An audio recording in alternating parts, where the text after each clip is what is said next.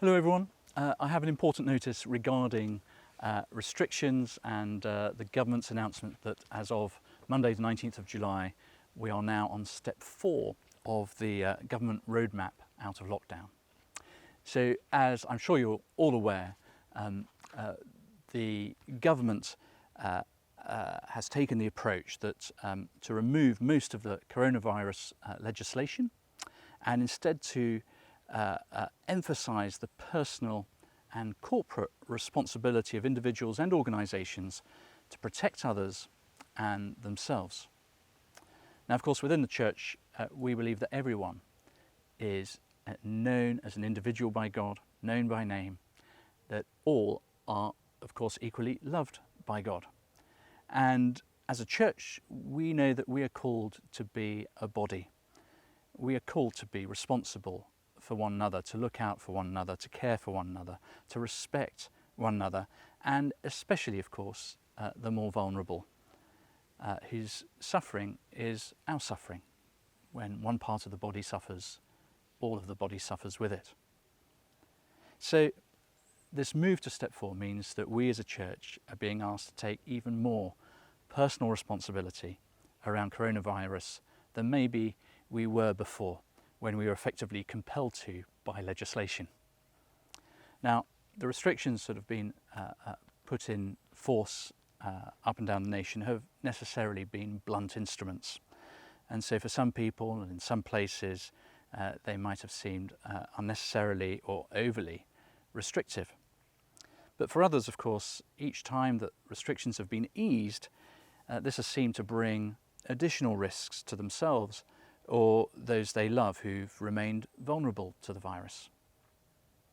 So at present, the incidence of the virus continues to increase, with the probability that during the summer numbers will reach and in fact surpass those experienced at the peak of the second wave of the pandemic at the start of this year.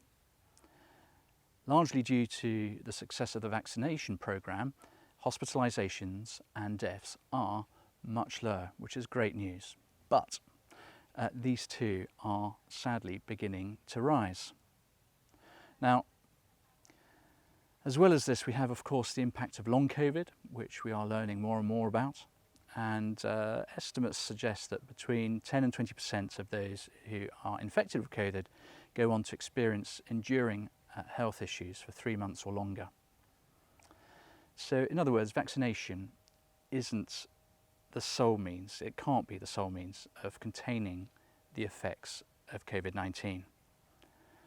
We need to also use good hand and respiratory hygiene, social distancing, face coverings, and good ventilation. They are all really important factors in lessening the spread and the effects of the disease. So with all of this in mind, what does it mean for us as a benefice? Well, in terms of services, for seating, we're going to continue to adopt the rule of 6 with social distancing. So we're going to continue effectively seating people as we have been over the last few weeks. With regards to masks, we will ask people coming into the church to wear masks unless there are good medical reasons not to do so. And we'll obviously ask people to come in and also continue to use hand sanitizer as they enter the church building. With regards to singing, well, where there is a choir, so for example a Froyle Evensong, we're going to listen to the choir. We're going to let the choir sing, and the choir numbers will be limited to 8 choristers. For other services where there's no choir, we will allow people to sing, but they'll be seated at the front of the church. In other words, what we're going to do is create a safer zone, if you like it, at the back of the church for people who are anxious about singing and about having people singing around them. And so as you come into church, the vergers will ask you whether you will want to sing or not sing. Would you like to be at the front of the church or the back of the church accordingly? With regards to communion, we're going to continue to offer communion by intinction. And so we're going to maintain social distancing, wearing our masks as we make our way towards a communion rail, and remaining standing as we as the wafer is dropped into our hands and tincted and dropped into our hands by the priest, so that we can then take our masks off and consume it and then return to our seats. And finally, we will of course continue to keep a register of attendees for track and trace purposes.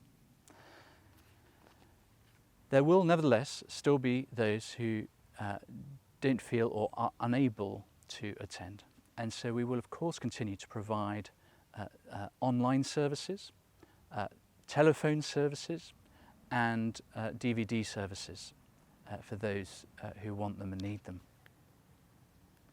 Now, I realise that some of these restrictions are going to seem like for some that they're not enough. For others, they'll seem ridiculously over-restrictive. It's been really hard. So please just be patient with us. We'll continue to review the situation. In fact, we'll have a formal review of the situation at the end of August and into the first week of September. But I would ask you one final thing, and that is to pray. Would you commit yourselves to prayer? Pray for three things. Firstly, for wisdom. Secondly, for patience. And thirdly, for good health for all. Thank you very much.